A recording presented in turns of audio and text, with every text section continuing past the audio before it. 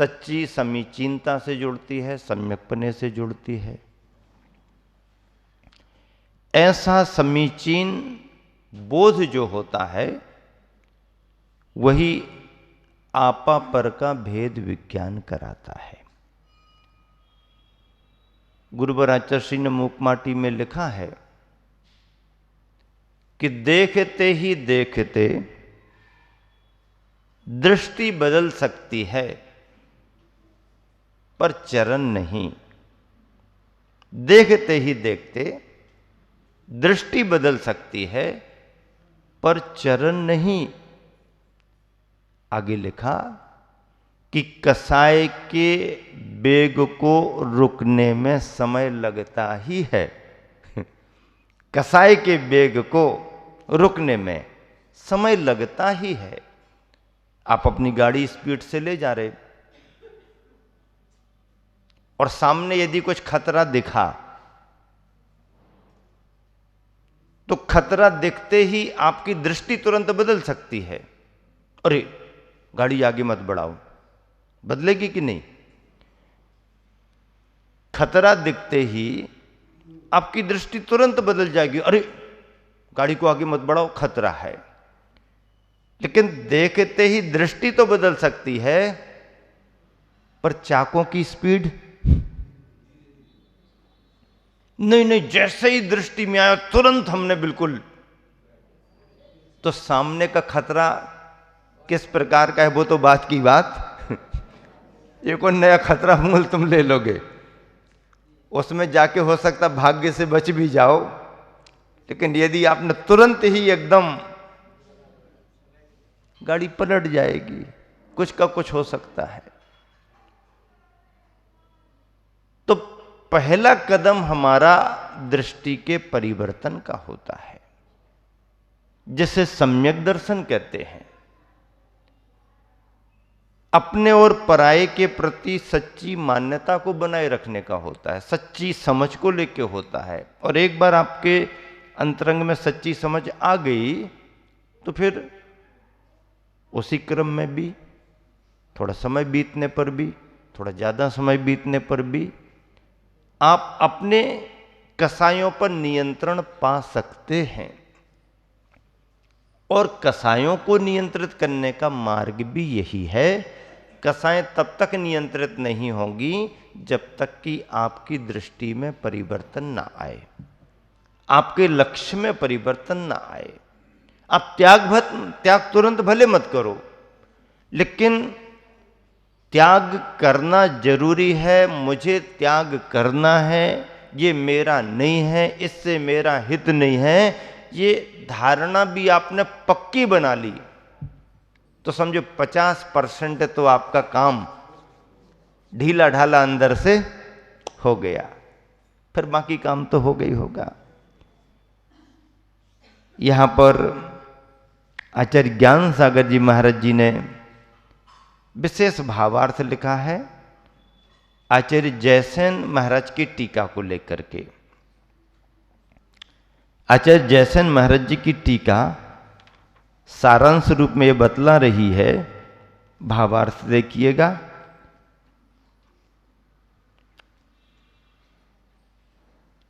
जैसे कोई देवदत्त नाम का पुरुष, कोई भी व्यक्ति, टीकाओं में नाम दे दिया जाता है, देवदत्त नाम दे दिया।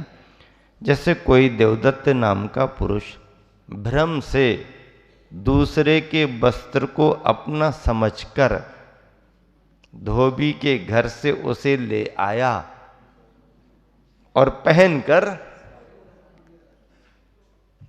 अब इसमें तो लिखा सो गया, हम तो कह देंगे कि बाजार में जुलूस में निकल गया। अरे बाजार में जुलूस में पकड़ में आया तो ज्यादा बात। हाँ, उठा करके तो ले आया, अपना मान करके पहन लिया और घूमना फिरना शुरू कर दिया। पीछे उस वस्त्र का स्वामी आकर उस वस्त्र को पकड़कर खींचता है और उतारना चाहता है। उस वस्त्र के विशेष चिन्ह को देखकर जब उसे यानी पहनने वाले को ये वस्त्र दूसरे का है यह समझ में आ जाता है, समझ लेता है, तब उसे क्या करता है? क्या होता है? अंदर से विरक्ति का भाव आ जाता है, उसके प्रति आसक्ति तुरंत ही घट जाती है। जितना इंटरेस्ट पहनने में था, जितना इंटरेस्ट पहनने में था, वो इंटरेस्ट तो खत्म हो जाता। और यदि यह जानते हुए कि ये वाकई में दूसरे का वस्त्र है और कोरोना का काल चल रहा है,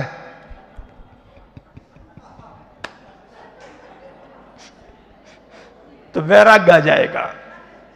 हाँ, कपड़े त्यागने का वैराग्य नहीं आएगा, लेकिन पराया फेंको और अपना जो भी हो उसे पहन लो, सुरक्षित तो रहेंगे।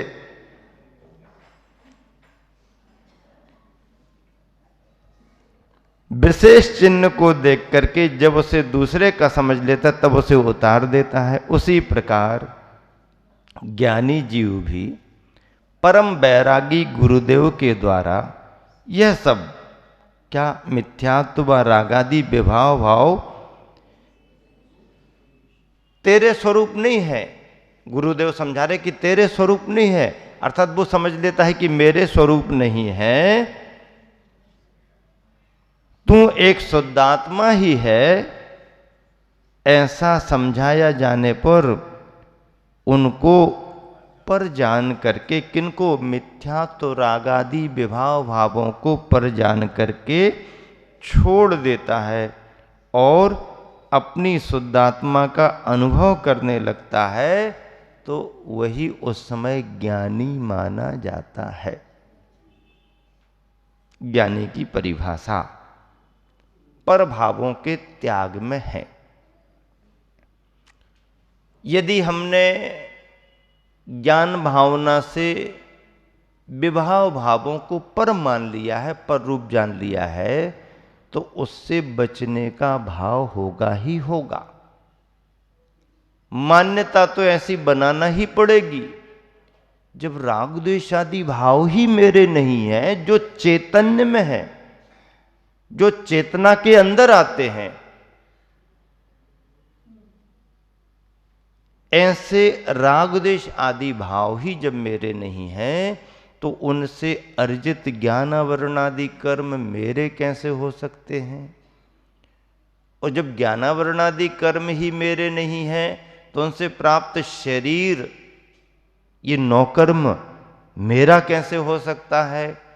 और जब शरीर ही नौकर्म मेरा अपना नहीं, मेरा अपना, जो मेरा जीव जैसे धारण किए, दूसरे का तो छोड़ो, मेरा अपना जीव जिस पर्याय को धारण किए वो नौकर्म ही जब स्वभाव से मेरा नहीं है, तो फिर इस नौकर्म से जुड़े हुए कुल कुटुंब के रिश्ते नातों के संबंध मेरे कैसे हो सकते हैं? ये जैन दर्शन की सूक्ष्म मान्यता है। इसी को अध्यात्म कहते हैं। और ये अध्यात्म न जैन दर्शन से बंधा है और न किसी दर्शन से बंधा है, न जैनियों से बंधा है, न अजैनियों से बंधा है, न इस देश से बंधा है, न उस देश से बंधा है, न इस भेष से बंधा है और न इस भेष से बंधा है। क्या? हाँ, न देश से बंधा है और न किसी भेष से बंधा है। ये तो परिणामों से बंधा हुआ है।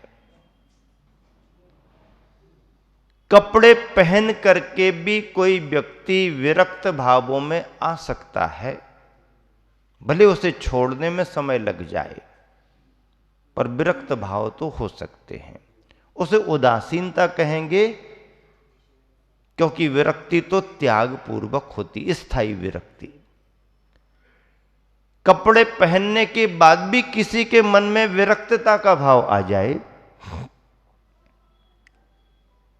और कपड़े उतारने के बाद भी विरक्तता का भाव उसी रूप में शायद न बन पाए। बाहर की अवस्थाएं तो एक व्यवस्थाएं हैं, अध्यात्म का सच्चा संबंध तो परिणामों से रहता है। लेकिन सच्चे अध्यात्म का अनुभव करने वाला तद्रूप प्रवृत्ति से जुड़ता ही जुड़ता है। चक्रवर्ती इतने बड़े वैभव में रहे तो वैभव में रह करके भी अपने ज्ञान भाव से उदासीनता को प्राप्त तो कर सकता है। उस वैभव सामग्रियों में विरक्त चित्तता भी बनाए रख सकता है। जलते भिन्न कमल है के अनुरूप जलते कहां पर आया है, कहां पर आया है? जलते भिन्न कमल है। इसका अर्थ कभी अच्छे से समझा कि नहीं समझा? हाँ, आज ही समझाए देते हम।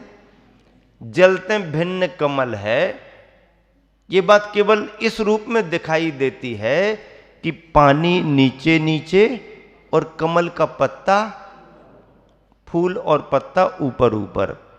पानी और पत्ते में कुछ भिन्नता दिख रही है, दिख रही है, भिन्नता मानना भी पड़ेगी।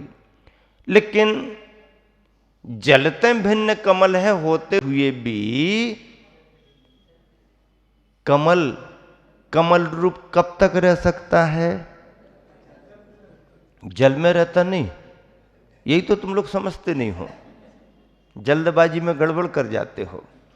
जब तक जल में रहेगा नहीं, क्योंकि जो जल कमल को जिलाता है वही जल कभी कभी उसी कमल को सड़ाने भी लगता है, गलाने भी लगता है।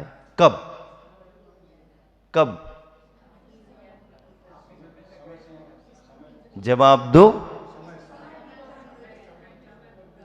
समय की बात नहीं, समय तो उसका है सो है, लेकिन जब तक कमल की जड़ जमीन से जुड़ी हुई है तब तक वह पानी उस कमल को जीवन देता रहता है।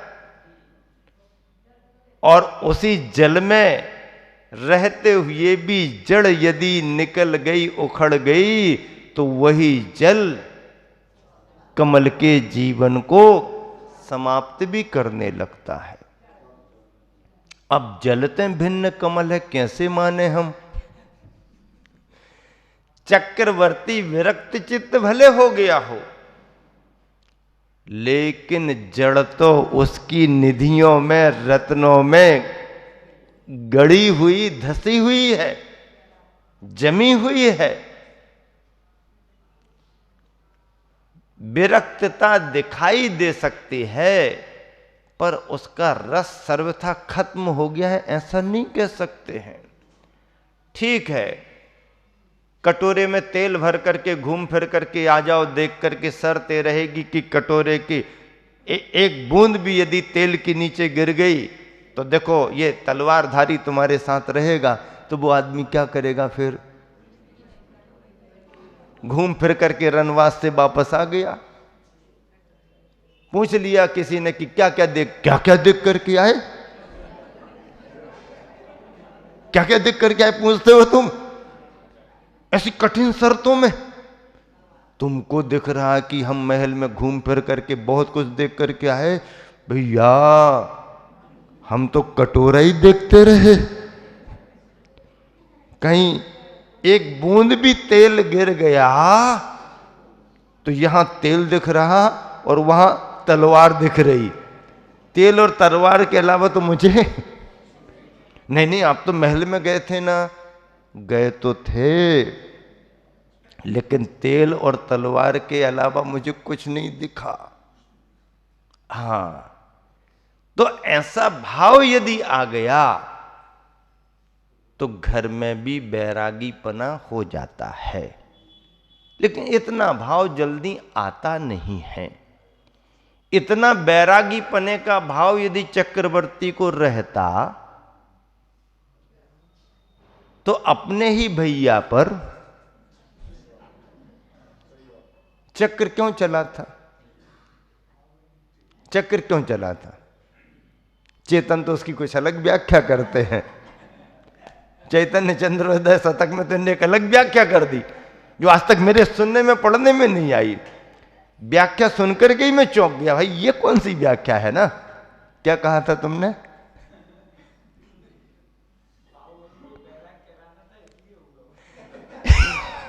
इन्होंने तो ये व्याख्या कर दी कि भरत बाहुबली को मारने का भाव नहीं कर रहे थे। भरत जानते थे कि ये चक्र हमारे कुल का घात नहीं करेगा। तो हमने पूछा इनसे स्वाध्याय में, शीतल धाम में, कि जब भरत जानते थे कि ये कुल का घात नहीं करेगा चक्र, तो फिर क्यों चलाया? तो भरत ने कहा मैं फंसा हूं तो फंसा हूं भैया, तेरे को तो बैराग हो इसलिए चक्र चला करके दिखाया कि कम से कम इस चक्र के चलने से तो इसको बैराग हो जाएगा, ये निकलना तो शुरू करे, मैं तो फंसा हुआ हूं। मैंने कहा ये बहुत गजब की व्याख्या आ गई भाई। और बोले चक्र चलने से उसको बैरागी भी हो गया बाहुबली को। तो ये व्याख्या हम और तुम तो कर सकते हैं, लेकिन भरत के उस समय के परिणाम क्या थे ये तो आचार्यों ने लिखे हैं। केवली भगवान आदिनाथ भगवान के ज्ञान में भी झलक गया था कि उस समय चक्रवर्ती भरत के अंदर के भाव क्या थे। अंदर के जो भाव होते हैं वो चेहरे पर अपने आप समझ में आ जाते हैं। हाँ, हम और आप तो छोड़ो, एक छोटा सा बच्चा भी अपनी माँ के, अपने पिताजी के चेहरे के भाव पकड़ लेता है, पढ़ लेता है कि ये नाराज हैं या हम पर खुश हैं, प्रसन्न हैं अंदर से, या जरा हमारे प्रति उपेक्षा का भाव है। वो छोटा सा बच्चा भी समझ लेता है। हाँ, माँ जब पुचकार करके, दुलार करके, सिर पर हाथ फेर करके दूध दे देती है तो बच्चा पी लेता है। और पीने के बाद भी यदि माँ ने डांटना शुरू कर दिया, गुस्सा करनी शुरू कर दी, तो बच्चा समझ जाता है कि मामला ठीक नहीं है। तो बच्चा पिया हुआ दूध भी फिर स्वीकार नहीं करता। फिर क्या करता है? तुम्हारे को दे देता वापस, ले लो संभालो अपना, और आगे तुम्हें कोई मेहनत ना करना पड़े इसलिए तुमने दूध दिया वो छेना बना करके दे देता है। क्या समझ में आया कि नहीं आया? आ गया समझ में? हाँ, ताकि तुम्हारे को आगे काम ना करना पड़े। ले लो, तुम क्या हमारा काम करोगे, हमने तुम्हारा काम और कर दिया, ले लो संभालो अपना। तो हाव भाव बच्चा भी समझता है। तो चेहरे के भाव बता देते हैं कि आप गुस्से में कह रहे हो या प्रसन्नता में कह रहे हो। चक्रवर्ती भरत उस समय आवेश में आ गया था, परिणति उसकी वह हुई। समय हो गया है।